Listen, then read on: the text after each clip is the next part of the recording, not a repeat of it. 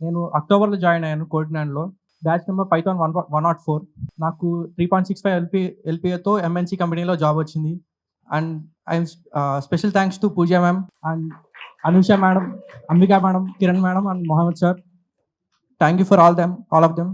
And interview process వచ్చేసి first ఒక coding round వచ్చింది. దాంట్లో 2 టెక్నికల్ క్వెషన్స్ అడిగారు.